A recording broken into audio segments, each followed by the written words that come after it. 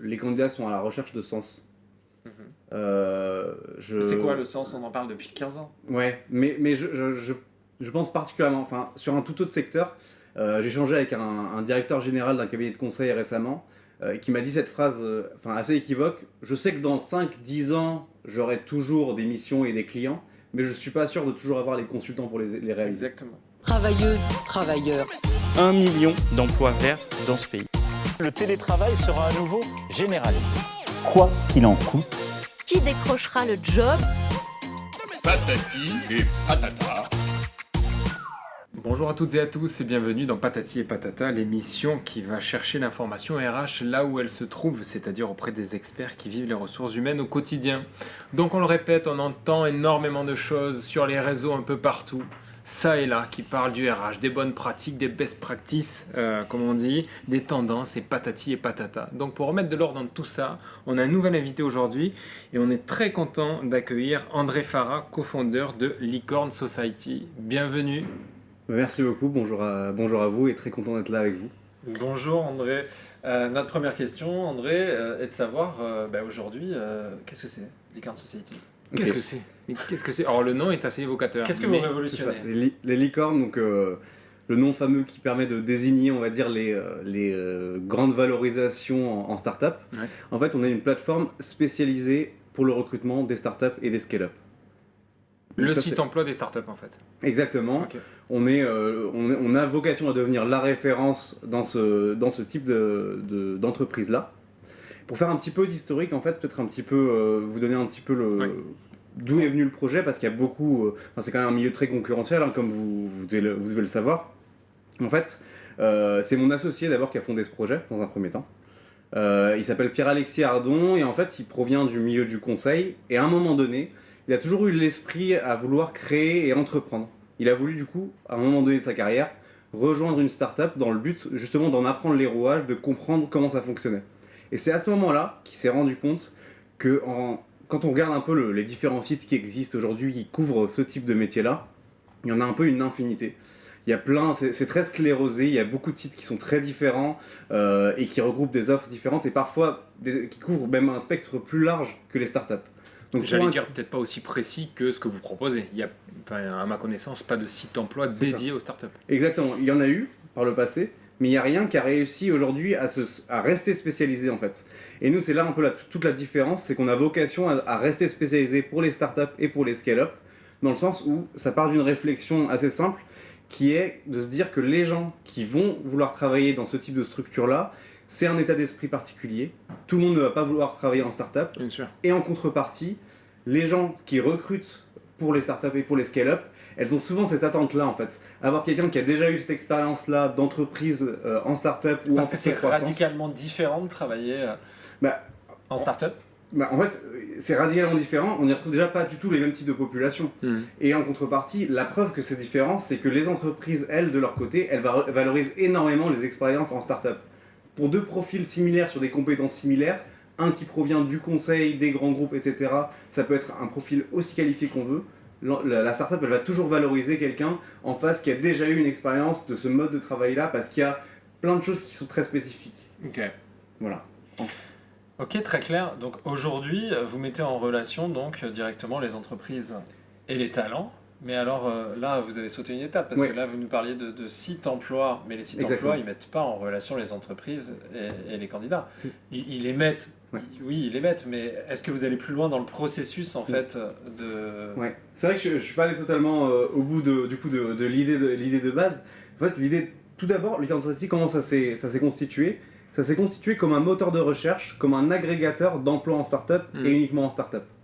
Donc en fait, on a centralisé sur une plateforme donnée l'ensemble des offres du marché. Vous allez chercher les offres sur l'ensemble des sites. Exactement. Okay. Et derrière, en fait, ça nous constitue du coup une référence qui a attiré en fait énormément de candidats.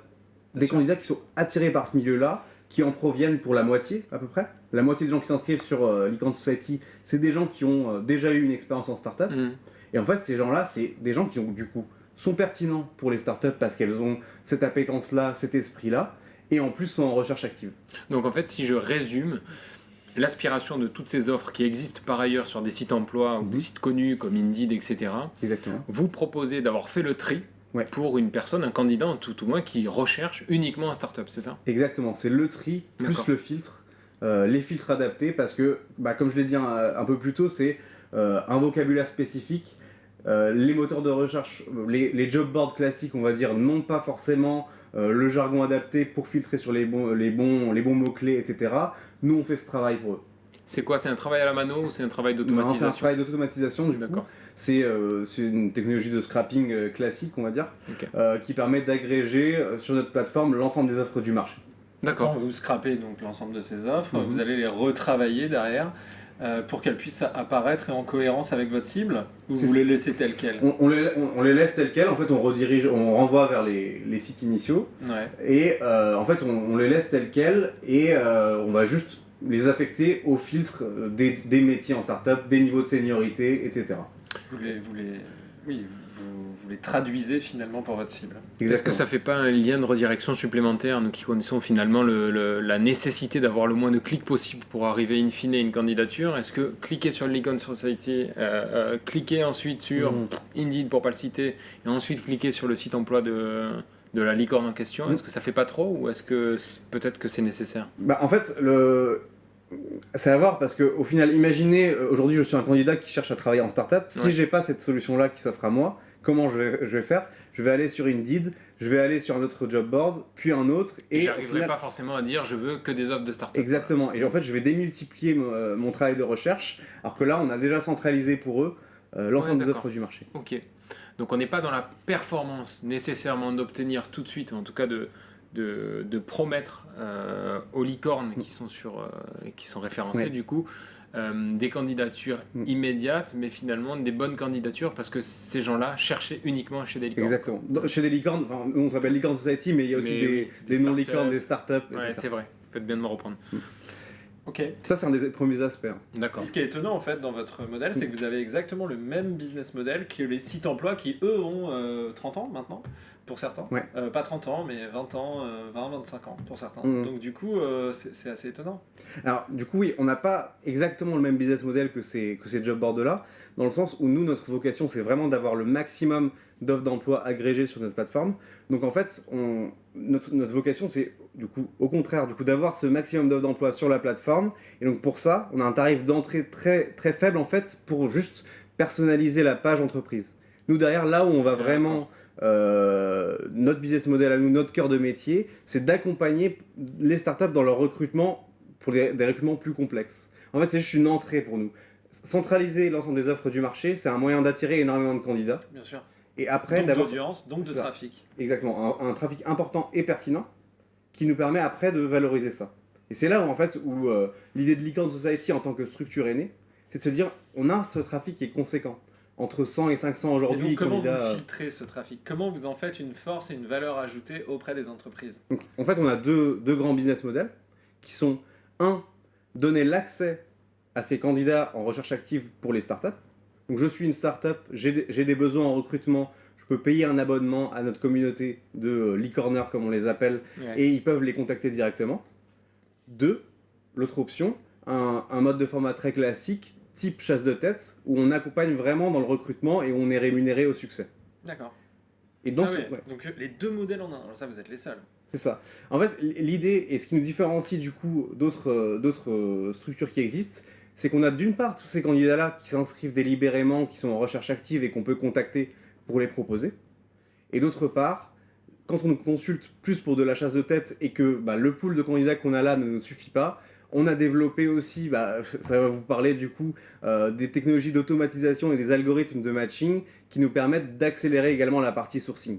D'accord. Donc vous vous êtes rendu compte que finalement l'annonce en tant que telle, ça permet de faire de l'audience, Exactement. mais ça ne suffit pas à créer du recrutement derrière. Parce qu'on avait posé une question, on s'était parlé de ça, Jérémy, juste avant, mais quelle est la différence avec un Welcome to the Jungle, par exemple? Ouais.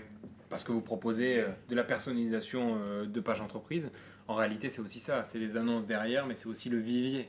C'est ça. Vous voulez bien vendre demain un vivier de candidats. C'est le vivier et l'accompagnement du recrutement. Ouais. Welcome to the Jungle, c'est vraiment un pur job board. Mais il y a un business qui prend plus...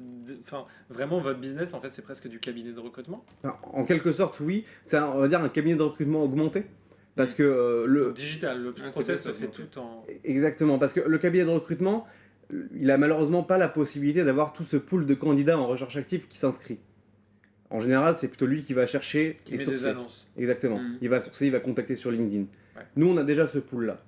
En parallèle, qu'est-ce qu'on a en plus? C'est également la capacité de contacter massivement des gens sur les réseaux sociaux et sur LinkedIn.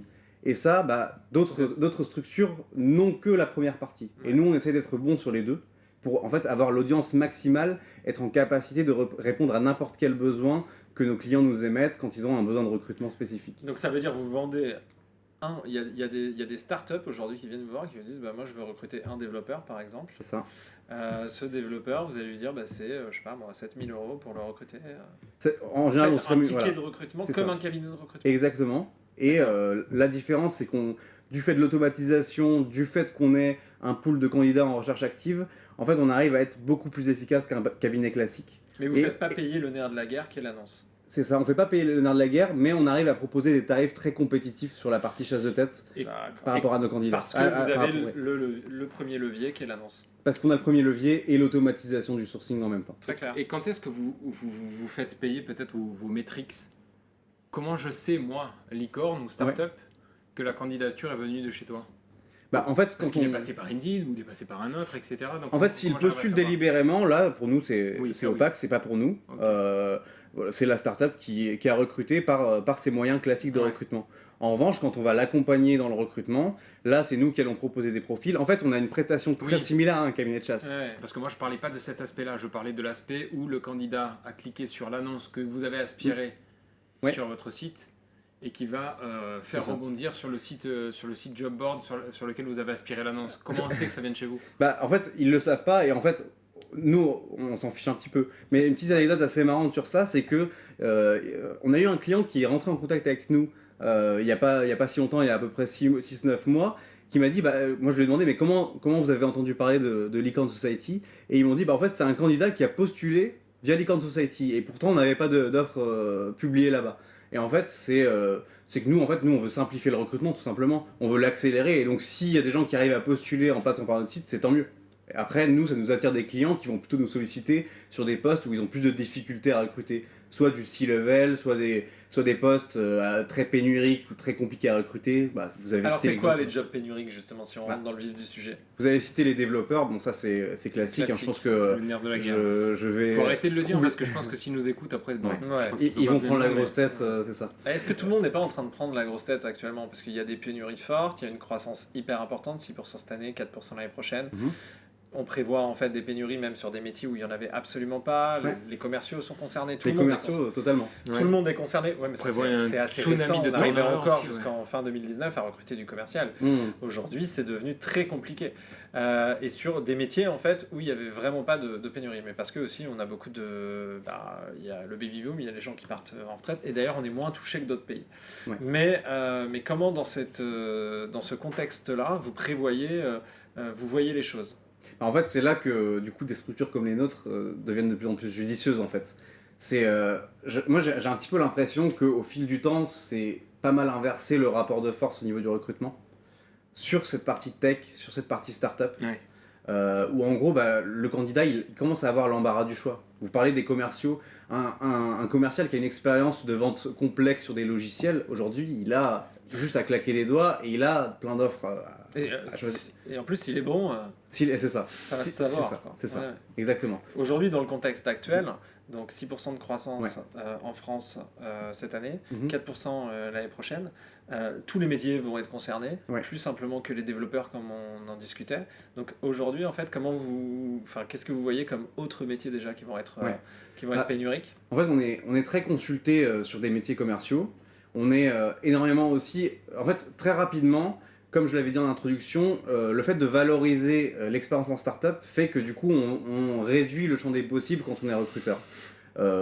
Recruter quelqu'un qui va diriger des opérations dans une startup tech, on pourrait recruter quelqu'un qui vient du conseil, mais si on valorise l'expérience en startup, si on valorise du coup le fait que le candidat ait déjà été operation manager dans une boîte, bah forcément ça va créer un peu de la pénurie également sur ces postes-là. Là, clairement, en fait, nous, la vocation aussi chez le Code Society, c'est de ne pas se spécialiser sur des métiers spécifiques, c'est de rester vraiment l'ensemble des métiers, pas uniquement les développeurs, parce que voilà, ça pourrait être le cœur de métier, c'est toujours très demandé, mais de par nos échanges avec les clients, aujourd'hui, ils ont vraiment du mal également à recruter, donc comme on le disait, chez les commerciaux, dans les opérations, vraiment sur l'ensemble du spectre. Plus tout ce qui est nouveaux métiers qui n'existaient pas avant. Je vais citer l'exemple des product managers. Aujourd'hui, tout ce qui est produit, tout ce qui est design, ça, c'est des nouveaux métiers, donc c'est normal Nouveau qu'aujourd'hui... métier depuis 1 an. C'est ça. Ouais. Enfin, depuis un an, Où voire ça plus. recrute beaucoup. C'est ça, où ça recrute beaucoup depuis un an. Ça, c'est des métiers où il y a énormément de concurrence sur le marché du recrutement entre les startups. Ouais. Autre métier un peu phare, le gros hacking, gross manager. Ouais. Ça, c'est nouveau, Ça, c'est relativement aussi, nouveau. ouais. Et là, clairement, il y a une concurrence aussi parce que aujourd'hui, la compétence n'existe pas forcément. Le gross manager, c'est quelque chose de totalement nouveau, un profil Il commence à y avoir hybride. des écoles, il Ouais. commence à y avoir... C'est ça. C'est un profil hybride entre du marketing, de la tech.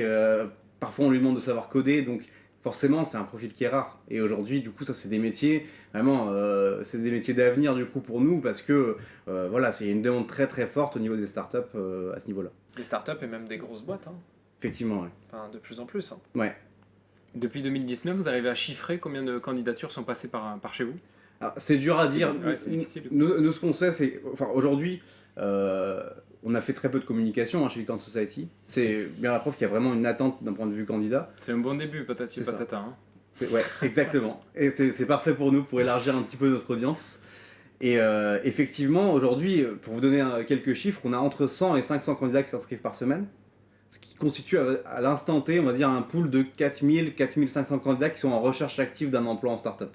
D'accord. C'est un pool qui est déjà assez conséquent, qu'on vise à élargir encore, sans compter tous ceux qu'on peut contacter massivement sur LinkedIn et qu'on a déjà préidentifiés sur cette partie-là. Selon vous, et selon ce que vous pouvez voir sur les différentes startups ou entreprises qui viennent vous voir pour leur recrutement, quelle est la bonne marque employeur? Qu'est-ce qui fait qu'on est attirant aujourd'hui quand on est une startup? Alors, moi j'ai l'impression, enfin... Parce qu'entre toutes les startups, du coup, comment elles se tirent la bourre? Du coup, plus que... c'est facile entre Oui, une parce que c'est entreprise facile, classique entreprise et start-up. et startup, mais entre elles, Ouais. comment vous les départagez? Moi, j'ai la conviction que de plus en plus, les candidats sont à la recherche de sens. C'est quoi le sens? On en parle depuis 15 ans. Ouais, mais je pense particulièrement, enfin, sur un tout autre secteur, j'ai échangé avec un directeur général d'un cabinet de conseil récemment, qui m'a dit cette phrase assez équivoque. Je sais que dans 5-10 ans, j'aurai toujours des missions et des clients, mais je suis pas sûr de toujours avoir les consultants pour les réaliser. Exactement. Et donc derrière ça, en fait, moi je le vois, parce que j'échange avec des candidats toutes les semaines, j'échange avec des candidats qui sortent de cabinets de conseil en strat, de finance, etc. Il y a quand même de plus en plus de gens qui ont envie d'aller vers des entreprises qu'on appelle à impact. Mais impact, ça peut vouloir dire tout et n'importe quoi. Hein. Il y a plusieurs choses en fonction de la sensibilité de la personne. Il y a cette appétence parfois pour les sujets environnementaux, par exemple, des sujets d'économie solidaire. On peut aussi voir aussi des candidats qui sont aussi très intéressés par tout ce qui va être made in France et encouragement de relocalisation de production, etc. Après, c'est pas que ça. Bien sûr, toutes les startups n'ont pas vocation à avoir en fait, impact. ce que tu es en train de nous dire, c'est qu'il faut adhérer presque à une révolution. C'est ça.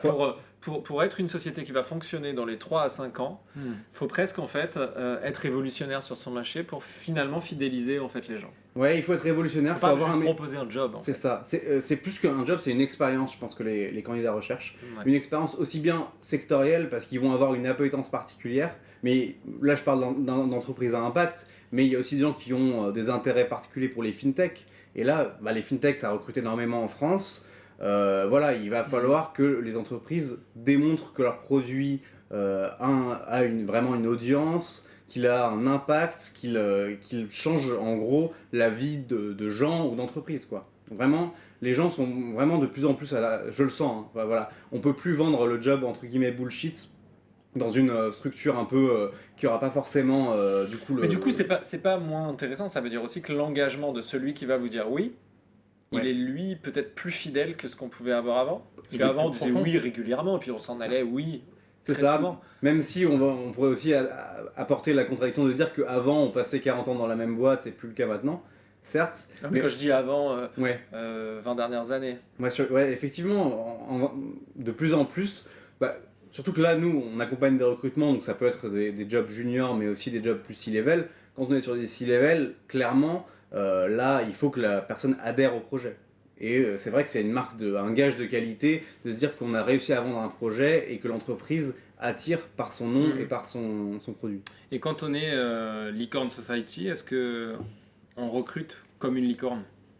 Alors, est-ce que vous vous placez dans la peau d'une start-up pour recruter? Bon, là, vous êtes 4 aujourd'hui, mais forcément, vous allez recruter. Ouais. Comment ça va se passer? Alors, nous, on est donc, effectivement, on est également une start-up parce que du coup, on a vocation à grandir et à grossir également. Le jour où on va souhaiter élargir l'équipe, on passera forcément par les mêmes biais qu'on passe par nos clients. Donc là, je pense qu'on est paré pour le recrutement de nos équipes. En revanche, là pour l'instant, on n'a pas prévu de levée de fonds parce qu'on a un business model qui est rentable et sur lequel on arrive à dégager une croissance quand même. Et donc pour l'instant, l'idée c'est pas forcément de lever des fonds à court terme, c'est de continuer à pérenniser ça, construire une relation de confiance avec nos clients pour progresser à ce niveau-là et recruter, avoir une croissance, on va dire, plus lissée. Et atteindre aussi une plus grosse base de données, parce que c'est aussi ce qui est valorisable. Exactement. Après, effectivement, des financements peuvent nous permettre justement d'élargir un peu la communication, etc. Là, on y travaille dessus, on a des investissements en cours justement pour élargir notre communauté par les différents biais qu'on connaît. Comment vous est venue l'idée? Ça, on a posé la question tout à l'heure, vous y avez répondu avec votre associé. Mais qu'est-ce que vous faisiez avant le lancement de ce site? Vous étiez dans les RH, pas du tout? Alors moi, pas du tout. En fait, moi, je viens du conseil également. D'accord. Donc j'ai été consultant pendant 4 ans et demi dans un cabinet qui s'appelle Argon, qui est spécialisé dans les opérations, notamment la supply chain, donc totalement différent du milieu RH. Mais je connaissais du coup le CEO de Licorne Society parce qu'on a fait la même école d'ingénieurs ensemble. D'accord. C'est par ce biais-là en fait qu'il m'a sollicité. J'ai suivi ce projet en fait depuis ses débuts, par ce biais amical on va dire. Et en réalité, j'ai toujours suivi ça. Mon associé m'a proposé à un moment de rejoindre l'équipe parce qu'il avait besoin justement de quelqu'un pour l'aider, aussi bien sur la stratégie que les opérations et le commercial de Licorne Society. Et j'ai rejoint ce projet il y a à peu près 1 an maintenant. D'accord. Voilà. Okay, est-ce que d'une manière un peu micro, on peut se dire, aujourd'hui vous ne retravaillez pas vos annonces, etc., mais est-ce que vous vous êtes rendu compte que quand vous faisiez certains types d'actions en fait, sur votre site, vous arriviez en fait finalement à faire un peu du gros hacking aussi, c'est-à-dire cibler beaucoup plus précisément et vous faire gagner du temps derrière, vous, cabinet de recrutement, dans vos recherches. Est-ce que votre performance, votre ROI, vous avez réussi à le travailler au niveau de votre audience? Ouais, en fait, notre biais de recrutement de candidats, on va dire, sur la plateforme majeure, c'est de relayer un maximum d'offres pertinentes sur LinkedIn. En fait, on relaie énormément d'offres. C'est là où vous avez le plus de performance? C'est là où on a le plus de performance aujourd'hui. C'est pas tant le SEO, même si ça nous draine quand même. Les recherches Google, ça attire les gens. Vous réécrivez des annonces? C'est ça, on réécrit des annonces pour pousser les gens à s'inscrire sur la plateforme. Vous intégrez des mots-clés référencés? Exactement. C'est quoi les tips du coup là? Comment on réécrit une annonce? Clairement, il faut s'adresser du coup à son audience. Là, c'est marrant parce que j'échangeais du coup aujourd'hui avec un candidat CTO ce midi, je déjeunais avec lui qui du coup est passé par nous pour trouver son job, un CTO. Et en fait, il m'expliquait que lui, en tant que CTO et les gens qu'il connaissait en tant que C-level, ils avaient très très peu d'annonces sur LinkedIn. Et en fait, nous, on couvre en fait l'ensemble du spectre des fonctions. Donc, n'importe qui, au final, à un moment donné, va voir passer une de nos annonces sur LinkedIn et va se dire « Ah, ça c'est intéressant, il doit y avoir des jobs pour moi sur cette plateforme-là, je vais aller m'inscrire, je vais voir ce qu'il en est. » Ok, donc en fait vos leads, vous les attrapez beaucoup plus sur LinkedIn, en tout cas actuellement. Exactement, on a quand même, on travaille sur le référencement, etc. Il y a le bouche à oreille qui commence à faire aussi. Ouais. On a de plus en plus de gens qui ont entendu parler de Licorne Society par un proche, par un collègue. Oui, et puis c'est un petit milieu finalement quand on commence à rentrer dans la logique start-up. Exactement. On travaille avec toutes les start-up, on est bien placé pour le savoir. On travaille avec la première start-up et puis finalement on se retrouve avec 20 start-up dans le salon, quoi. Exactement, les nouveaux clients pour l'instant, même d'un point de vue start-up, donc nos clients, on fait très peu de prospection commerciale, c'est eux qui viennent à nous parce qu'ils ont entendu parler, un ami Talent Acquisition Manager de notre start-up où quelqu'un, voilà, ils ont fait quelques recherches et ils sont tombés sur nous. Donc voilà, c'est un petit milieu effectivement. Ouais, on a reçu plein nous, de startups dans cette émission. Ouais. Et du coup, ce qui est très marquant, c'est cette volonté d'aller vers un modèle qui n'existait pas auparavant. C'est-à-dire, une startup, ça paraît être un pléonasme. Mais là, Jérémy, tout à l'heure, disait, qu'est-ce qui fait la différence entre ce que propose une startup et un grand groupe, c'est facile, mais ce que proposent les startups entre elles, ça va être hyper intéressant dans les années à venir, voire les mois à venir, ce qui va réussir à les distinguer. Ouais, et effectivement, après, il y a aussi des désillusions d'un point de vue candidat. Je pense aussi des idées, Comme quoi des idées faites un peu sur le milieu des startups.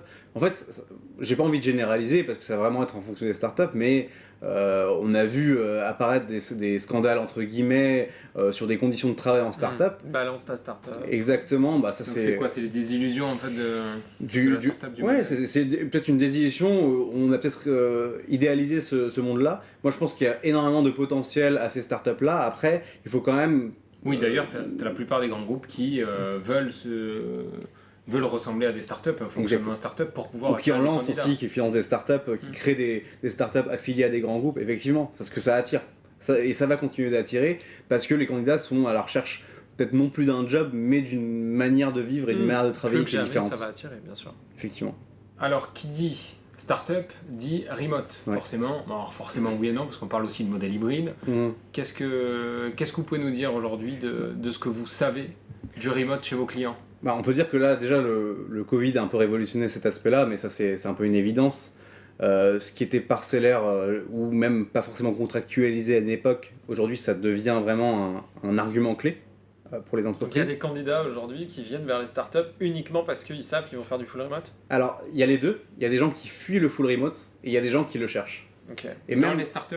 Exactement. Parce que, je sais pas si c'était votre cas aussi, mais pendant la crise du Covid, énormément de gens à la sortie étaient heureux de rejoindre le travail physiquement, de revoir les collègues, etc. Bien sûr. Et on a un peu le cliché, par exemple, sur les développeurs qu'ils voudraient tous travailler en remote. C'est vraiment pas le cas, pour le coup. J'ai échangé avec un candidat la semaine dernière qui me disait, moi, j'ai rejoint un job en full remote. Mon job prochain, ce sera pas en full remote. Je veux avoir une équipe, etc. Donc ça, c'est un argument important pour lui. Mais il y a également le remote qui se développe aussi, et il y a des candidats qui cherchent ça. Je pense que la base maintenant, en tant qu'entreprise et pas que start-up, c'est déjà de tolérer la flexibilité. Ça, c'est le minimum syndical. L'hybride, quoi. Un modèle. Voilà, il y a je suis flexible. Est-ce qu'on n'est pas dans la période de l'hybride Peut-être aussi. La voiture, le travail. Ouais, c'est ça. Effectivement, et puis il y a de plus en plus d'offres d'emploi aussi qui le mettent en avant directement dans l'offre. Avant, ça n'existait pas ça. Aujourd'hui, voilà, la plupart des offres contiennent cette info-là, de comment est la modalité du travail. Si c'est juste du télétravail toléré de temps en temps, il y a même 2 jours, 3 jours, exactement. Ou alors full remote. Et c'est vrai que le full remote aussi peut avoir un intérêt pour l'entreprise aussi, pour une question de réduction de coûts. Parce que... souvent adopté par les startups. Hein. C'est ça. Embaucher quelqu'un en région parisienne, ça coûte plus cher qu'embaucher quelqu'un en province ou même dans un autre pays potentiellement. Ça peut être un sujet aussi. Donc c'est un levier pour attirer peut-être d'autres candidats qui sont pas basés à Paris et aussi pour avoir un levier aussi sur C'est le sujet justement de la télémigration. Exactement. Alors la télémigration, qu'est-ce que vous... Ça fait un peu Minitel quand tu le dis. Comme ça. Dans ma bouche, je sais pas comment je dois le prendre. Non, la télémigration, qu'est-ce que vous en pensez? C'est vrai qu'on commence à lire pas mal de choses là-dessus. Donc la télémigration, c'est aller chercher un job dans un autre pays qui peut être fait par quelqu'un d'autre dans un autre pays, finalement. Un job de bureau qu'on avait l'habitude d'avoir en France. Ça a toujours un peu existé, on a toujours un peu eu... C'est la délocalisation qu'on a connue dans les c'est ce que j'allais dire. années 90. C'est une question un peu ouverte. Hein. Comment on va advenir le futur un peu des métiers tech Vous avez des demandes là-dessus, de savoir recruter dans d'autres pays? Pour l'instant, les demandes qu'on a se limitent principalement à la France. Donc, moi, ce que je constate, c'est qu'il n'y a pas de start-up aujourd'hui qui nous dit « Moi, je veux recruter quelqu'un en Inde parce que ça va me coûter moins cher ». Il y a quand même cette volonté de garder, peut-être par simplicité culturelle, pour les questions de la langue, et aussi une proximité. Moi, le full remote, à titre personnel, c'est pas forcément quelque chose dans lequel je crois beaucoup, même si je vois des modèles qui marchent très bien sur ce mode de fonctionnement-là. Moi, je crois beaucoup en fait à la proximité du physique du travail, et je pense qu'on est plus efficace quand même proche. Après, effectivement, si à un moment on connaît dans certains secteurs une crise, c'est des choses qui pourraient être envisagées, c'est sûr. Ok, donc aujourd'hui, ça veut dire qu'il n'y a pas d'entreprises qui viennent vous voir pour aller recruter dans tel ou tel pays, mais on a quand même une tendance à pouvoir finalement recruter facilement quand on est en full remote. Donc peut-être qu'on a reçu des startups qui nous disent nous, ça fait quelques mois que la langue officielle, c'est l'anglais. Ouais. Donc c'est un truc qu'on constate vraiment. Donc c'est un peu dingue quand même. C'est sûr. Ça veut dire qu'aujourd'hui en France, il y a des réunions qui se passent en anglais dans des startups parce que en fait, en connexion, en visio, vous avez toute l'équipe qui se trouve en Allemagne, en Espagne, etc. Donc du coup là, on a pris, soit on a accéléré de 10 ans, soit il y a quelque chose qu'on n'a pas... il y a une déconnexion avec les entreprises classiques, je veux dire, qui va être encore plus grande, non ? Et je pense aussi que c'est ça revient un peu au sujet initial de la discussion, mais c'est pour pallier peut-être à un manque de candidats, je pense aussi, ce sujet-là. Notamment... non, mais c'est pas mal. Hein, bien sûr que c'est un problème de pénurie, et un problème de pénurie qui va s'accentuer.